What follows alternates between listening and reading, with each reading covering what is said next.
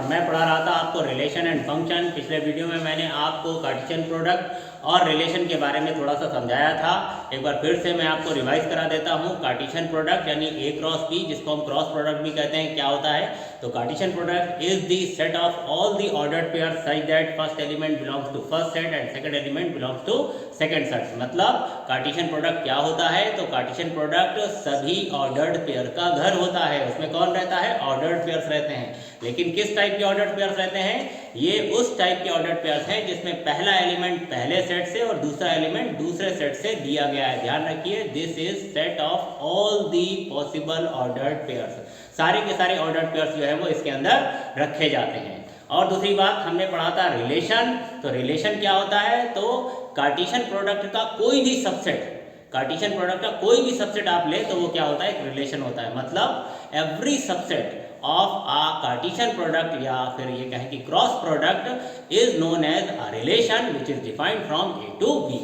और एक बात इसमें मैंने ये बताई थी कि किसी भी सेट ए से किसी दूसरे सेट बी में टोटल नंबर ऑफ रिलेशन जो डिफाइन किए जा सकते हैं that is equal to 2 to the power cardinality of A cross B, या ये कह सकते हैं कि 2 to the power cardinality of A into cardinality of B.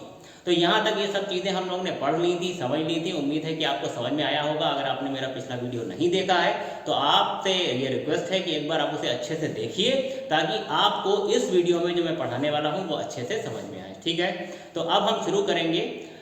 एक रिलेशन का एक एग्जांपल लेंगे पहले, और फिर पहले समझेंगे कि इसका डोमेन, इसका कोडोमेन और इसके रेंज से क्या मतलब है, इन्वर्स ऑफ रिलेशन से क्या मतलब होता है, और फिर यहीं से हम फंक्शन को स्टार्ट करेंगे। तो सबसे पहले हम एक एग्जांपल ले लेते हैं। एक मैंने सेट ले लिया है, सपोज ए, जो कि है 1 2 3, जो कि मैंने पिछले वीडियो में भी लिया था। और एक सेट मान लीजिए मैंने ले लिया है बी, जिसमें एलिमेंट सपोज ए बी हैं। और अगर मैं Cartesian product A cross B लिखूँ तो मैंने आपको पिछले वीडियो में बताया ही था कि कार्टेशियन प्रोडक्ट किस तरह से लिखते हैं। यहाँ पर सभी ऑर्डर्ड पेयर्स लिखेंगे, और ये ऑर्डर्ड पेयर्स इस तरह से होने चाहिए कि पहला एलिमेंट पहले सेट से और दूसरा एलिमेंट कहाँ से होना चाहिए? दूसरे सेट से। तो सबसे पहले मैंने यहाँ पर सपोज लिया 1, तो इधर से मैं उठाऊंगा ए, फिर इधर से 1 और इधर बी, इसी तरह से 2a और 2b, 3a और 3b। तो उम्मीद है कि ये कार्टेशियन प्रोडक्ट तो आपको निकालना आता ही होगा, तो मैं इसके लिए समझा नहीं रहा हूँ। ये कार्टेशियन प्रोडक्ट है और इसका कोई एक सबसेट मैंने लिखा था पिछली बार, तो एक बार फिर से लिख लेते हैं। कोई एक सबसेट जिसको हम रिलेशन कह सकें, जैसा कोई भी सबसेट लिख दीजिए। तो मान लीजिए इस बार मैंने उठा लिया है यहाँ से 2a, एक एलिमेंट ले लिया है, एक मैंने ले लिया 3a और एक मैंने ले लिया 3b। तो ये जो मैंने सेट बनाया है, क्या ये सेट इस कार्टेशियन प्रोडक्ट का सबसेट है? तो सबसेट है, तो इसका मतलब फिर ये एक रिलेशन भी है। और इस रिलेशन का नाम सपोज है R1, मैंने इसे R1 से डिनोट कर दिया है। तो R1 is a subset of A cross B, therefore R1 is a relation which is defined from A to B। अब ये किस तरह से, थोड़ा सा इसका मैपिंग भी कर लेते हैं, इसका डोमेन, कोडोमेन और रेंज को अच्छे से समझने के लिए। तो पहले यहाँ पर एक सेट बनाते हैं A और एक सेट बना लेते हैं यहाँ पर B। ठीक है, सेट A में कौन कौन से एलिमेंट हैं? 1 2 3, यहाँ पर बना लीजिए 1 2 एंड 3। सेट डी में कौन कौन से एलिमेंट है? ए एंड डी, उसे भी यहाँ पर बना लीजिए। अब अपना रिलेशन जो है वो यहाँ पर हम शो करेंगे एक मैपिंग के थ्रू। रिलेशन मेरा ये है R1, इसमें 2 मैप्ड हो रहा है ए से, यानी 2 की इमेज जो है वो क्या है? ए है। तो 2 की मैपिंग आप इसे कर लीजिए। 2 की इमेज जो है वो क्या है? ए है। ए की प्री इमेज जो है वो क्या है? 2 है। ठीक है, इसी तरह से 3 की मैपिंग किससे हुई है? ए से हुई है। तो 3 की मैपिंग भी आप ए से कर लीजिए, 3 की इमेज भी ए है। और 3 की मैपिंग किससे हुई है? बी से भी हुई है। तो 3 की मैपिंग किससे कर दीजिए? बी से भी कर दीजिए। ठीक है, तो ये R1 रिलेशन की मैंने मैपिंग की। जो मैपिंग यहाँ से यहाँ हुई है वो R1 के थ्रू हुई है। R1 is a relation which is defined from A to B, ये उसकी मैपिंग है। ठीक है, अब देखिए यहाँ पर 3 चीजें हमको समझनी है, अच्छे से समझिए। Domain, codomain, codomain and range. ठीक है, एक एग्जांपल मैं और लेना चाहता हूं। चलिए पहले इसी को समझते हैं। तो डोमेन का क्या मतलब होता है? डोमेन का क्या मतलब होता है? तो पहले वाले सेट में जो जो एलिमेंट इंगेज हुए हैं, यानी जिन जिन एलिमेंट्स की इमेजेस मिल रहे हैं, वो सारे एलिमेंट जो हैं वो क्या आएंगे? डोमेन में आएंगे। ध्यान दीजिए, तो डोमेन में कौन कौन आएगा? डोमेन में कौन कौन आएगा? देखिए यहाँ पर सेट ए में यानी फर्स्ट सेट में कौन कौन से एलिमेंट्स की इमेजेस मिली हैं? 2 की इमेजेस मिल रही हैं और 3 की इमेज मिल रही है, 1 की तो कोई इमेज मिली नहीं है। तो जिनकी जिनकी इमेज मिलती है उनको ही हम क्या कहते हैं? डोमेन में रखते हैं, वही डोमेन बनाते हैं। तो यहाँ पर 2 और 3 डोमेन में आएंगे। देखिए 1 की कोई इमेज नहीं है तो 1 डोमेन में नहीं आएगा, ठीक है। अब कोडोमेन क्या होता है? तो जो सेट बाद में लिखा होता है, बाद वाला सेट, पूरा का पूरा सेट डोमेन होता है, सॉरी कोडोमेन होता है। बाद वाला पूरा का पूरा सेट क्या होता है? कोडोमेन होता है। तो बाद वाला जो सेट है बी, इसमें कौन कौन है? ए और बी, ये हमेशा क्या होगा? कोडोमेन होगा। मेरी बात ध्यान से सुनिएगा, ठीक है। बाद वाला पूरा सेट जो होता है वो हमेशा क्या होता है? कोडोमेन होता है। इसके बाद आती है बात रेंज की। What is range? तो देखिए रेंज जो है, बाद वाले सेट में हम उन एलिमेंट्स का एक सेट बना देते हैं। बाद वाले सेट में से हम सिर्फ उन एलिमेंट्स को उठा लेते हैं जिनकी कोई ना कोई प्री इमेज हो। देखिए यहाँ पर ए की कोई प्री इमेज है, हाँ, ए की प्री इमेज क्या है? 2, ठीक है, तो ये रेंज में आएगा। क्या बी की भी कोई प्री इमेज है? हाँ, बी की भी प्री इमेज है 3, तो बी भी रेंज में आएगा। तो रेंज में कौन कौन आएगा? रेंज में आएगा ए। इस बात को थोड़ा और अच्छे से समझने के लिए मैं अपना ये रिलेशन थोड़ा सा चेंज करेगा। मान लीजिए कि मैं कोई एक और दूसरा सबसेट ले लेता हूँ, एक और दूसरा सबसेट ले लेता हूँ। मान लीजिए मैंने इस बार क्या उठा लिया है? यहाँ से 2a ले लिया है और मैंने ले लिया है 3a ले लिया है, और इसको मैं हटा देता हूँ और मैंने सपोज यहाँ पर क्या ले लिया है? 1a ले लिया है, ठीक है। तो ये भी तो एक सबसेट है a क्रॉस b का, तो ये कोई दूसरा रिलेशन है। मान लीजिए इसका नाम रख देते हैं R2। तो अब इस R2 को भी मैं यहाँ पर मैप्ड कर लेता हूँ। तो फिर से देखिए 2 की मैपिंग किससे हुई है? A से हुई है। 3 की मैपिंग किससे हुई है? A से हुई है। उसके बाद 1 की मैपिंग किससे हुई है? A से हुई है, ठीक है। इस बार 3 की मैपिंग B से नहीं हुई है, 3 की मैपिंग B से नहीं हुई है, ठीक है, ध्यान से देखिएगा, ठीक। ये रिलेशन है, फिर से देख लीजिए। 2 की मैपिंग A से हुई है, 2 की A से, 3 की A से हुई है, 3 की A से हुई है, 1 की A से हुई है, 1 की A से हुई है, ठीक। तो इस बार यहाँ पर डोमेन क्या होगा? मैंने क्या बताया था? पहले वाले सेट में वो सभी एलिमेंट जिनकी जिनकी मैपिंग हुई है वो सारे के सारे क्या आएंगे? डोमेन में आएंगे। तो इस बार यहाँ पर 1 आएगा, 2 आएगा और 3 आएगा, ठीक है। अगर हम कोडोमेन की बात करें तो बाद वाला पूरा सेट क्या होगा? कोडोमेन होगा। और रेंज की बात करें तो देखिए बाद वाले सेट में जिसकी प्री इमेज होती है वो रेंज में आता है। मतलब इस बार A आएगा और B नहीं आएगा, ठीक। अगर आपको नहीं समझ में आया तो मैं एक बार फिर से थोड़ा सा एक्सप्लेन कर देता हूँ। देखिए जो आप रेंज जब देखते हैं तो बाद वाले सेट में जिन जिन एलिमेंट की प्री इमेज आई हैं वही तो सिर्फ रेंज में लिखेंगे। तो इस बार हम देख रहे हैं कि जो हमारा कोडोमेन है, जो बाद वाला सेट है, उसमें सिर्फ ए ही ऐसा एलिमेंट है जिसकी प्री इमेज है, बी की तो कोई प्री इमेज है नहीं। तो इट मीन्स इस बार रेंज में कौन आएगा? सिर्फ ए आएगा, ठीक है। तो ये हो गया हमारा रिलेशन और ये उसका डोमेन, कोडोमेन और रेंज, ठीक है। अब इनवर्स ऑफ रिलेशन से क्या मतलब है ये भी ज़रा समझ लेते हैं। अगर हम इनवर्स ऑफ रिलेशन की बात करें, इनवर्स ऑफ रिलेशन जरा समझिएगा, इनवर्स ऑफ रिलेशन, पहली चीज तो हम इसको डिनोट कैसे करेंगे? तो इनवर्स ऑफ रिलेशन डिनोट किया जाता है इस तरह से। ये सिर्फ एक नोटेशन है, इसे पावर -1 ना समझिएगा। Inverse of any relation is denoted by like this. तो हम किसी भी इन्वर्स को, रिलेशन के इन्वर्स को इस तरह से डिनोट करते हैं। तो इसका मतलब क्या है? तो इन्वर्स का मतलब वही है जो होना चाहिए। देखिए जब आप किसी रिलेशन का इन्वर्स निकालते हैं, जैसे कि ये कौन सा रिलेशन है? R2 मैंने डिफाइन किया था। जब आपको इसका इन्वर्स करना होगा तो आपको क्या करना होगा कि आपको इसके डोमेन को कोडोमेन और कोडोमेन को डोमेन बनाना पड़ेगा, बस सिंपल, और कुछ भी नहीं है। अगर आपको R2 का इन्वर्स निकालना है, देखिए ये मेरा कौन सा रिलेशन था, मैंने इसका नाम रखा था R2। तो अगर आपको R2 का इन्वर्स निकालना है तो सिंपली आपको क्या कर देना है, आपको यहाँ पर मैं बता देता हूँ, आपको जो कोडोमेन था B उसको डोमेन बना देना है, और जो डोमेन है उसको कोडोमेन बना देना है, और कुछ भी चेंज नहीं करना है। देखिए B में कौन कौन से एलिमेंट थे? A और B, A और B। और A में कौन कौन से एलिमेंट थे? 1 2 3। तो मैंने यहाँ पर लिख दिया 1 2 3।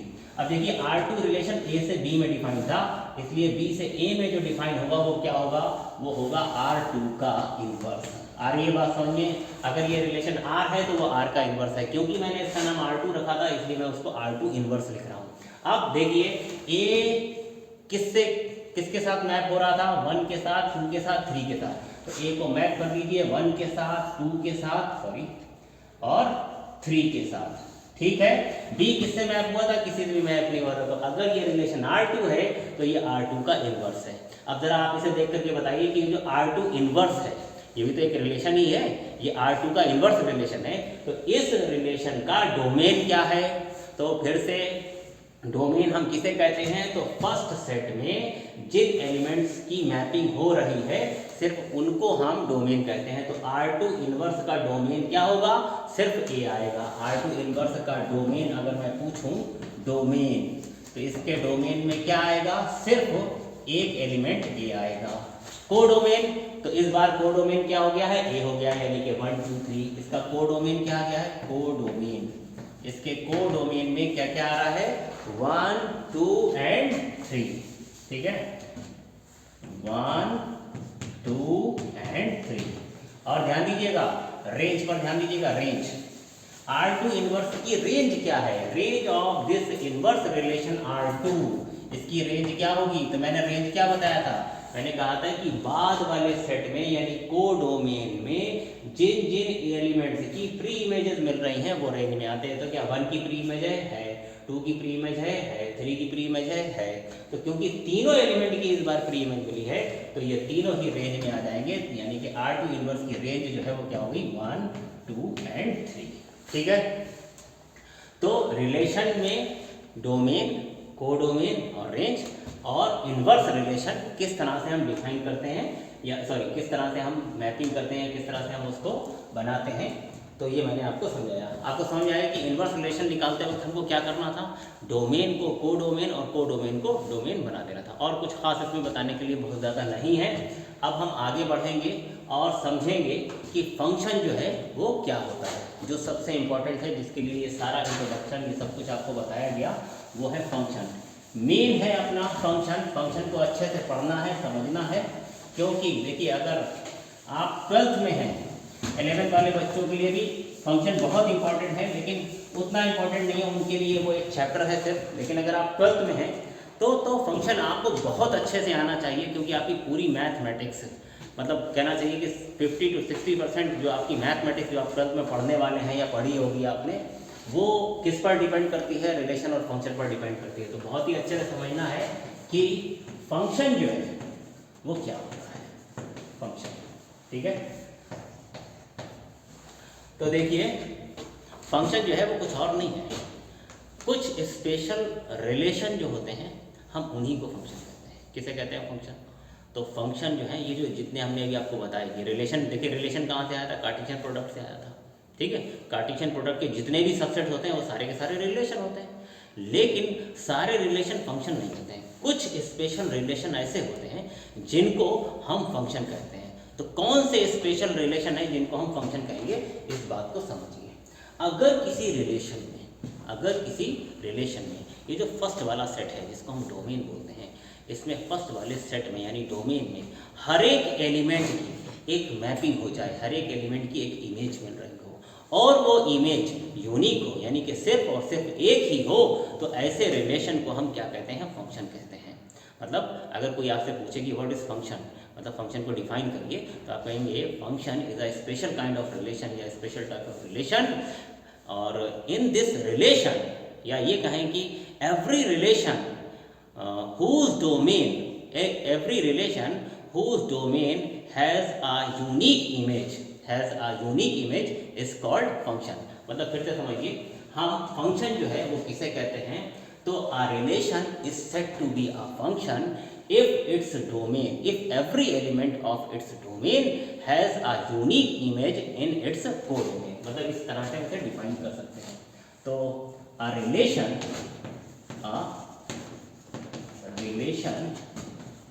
is said to be a function if every element of its domain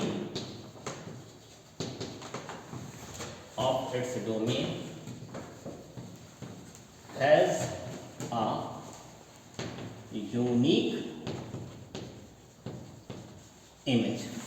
a unique image in its domain।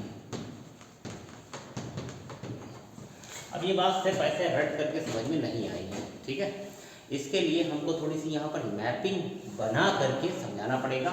तो मैं यहाँ पर 2-3 तरह की 4 तरह की मैपिंग इसको मिटा करके बनाता हूँ और फिर आपको अच्छे से समझाता हूँ, ठीक है। तो ये मैंने कुछ मैपिंग यहाँ पर बनाई है फंक्शन को अच्छे से समझने के लिए। तो हम लोग ये देखते हैं कि यहाँ से ये ए से बी में जो 4 मैपिंग हो रही है इसमें से कौन सा फंक्शन है कौन सा नहीं है, ठीक है। तो सबसे पहले फंक्शन की डेफिनेशन मैं एक बार फिर से रिवाइज कर दूँ। फंक्शन जो है हम उस रिलेशन को कहते हैं जिसके डोमेन में हर एक एलिमेंट की एक यूनिक इमेज हो, है ना।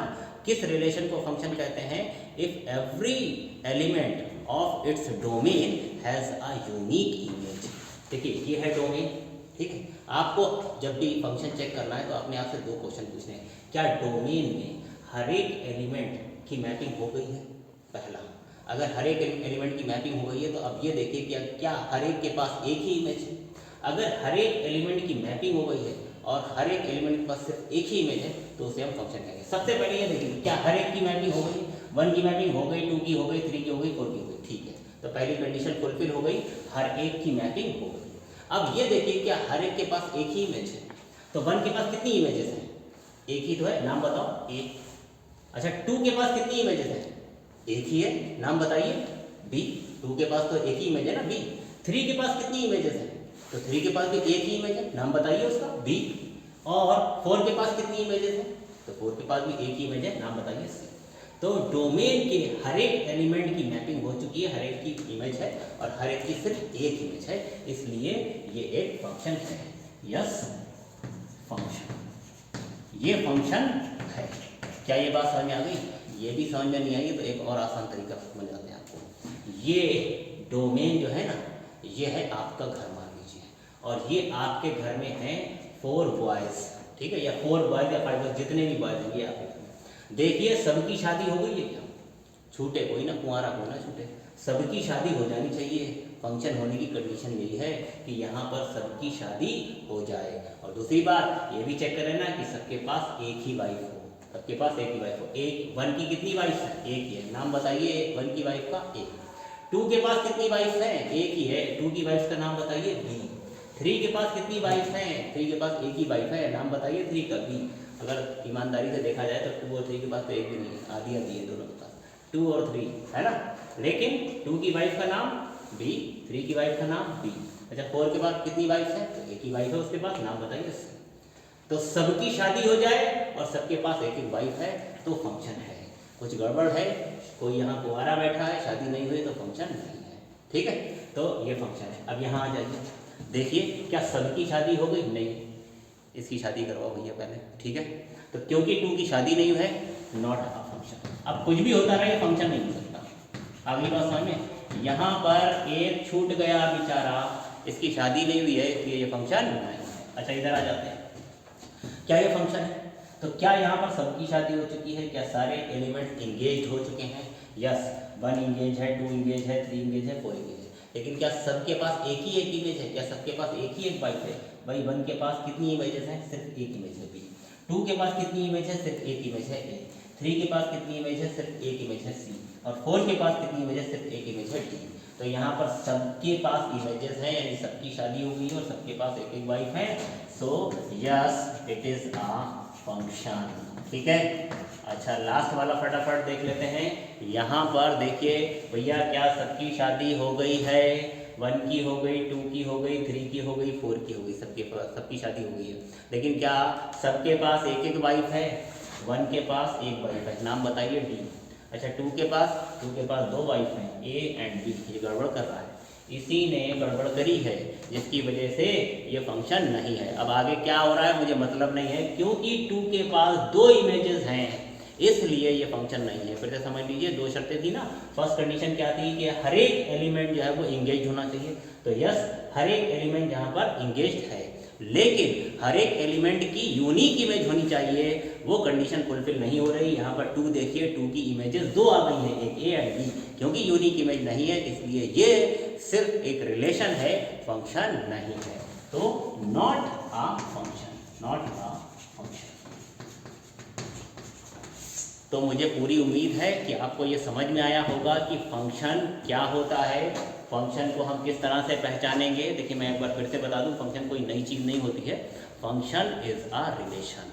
Which kind of relation?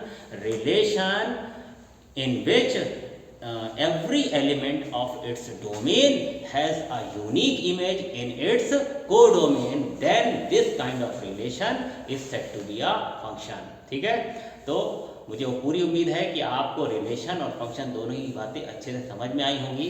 Next video में मैं आपको कुछ स्टैंडर्ड फंक्शन बताऊंगा, उनके डोमेन और रेंज के बारे में बताऊंगा, और देखते रहिए। मिलते हैं फिर से एक नए वीडियो में कुछ नए कंटेंट के साथ। Thank you, bye bye, take care.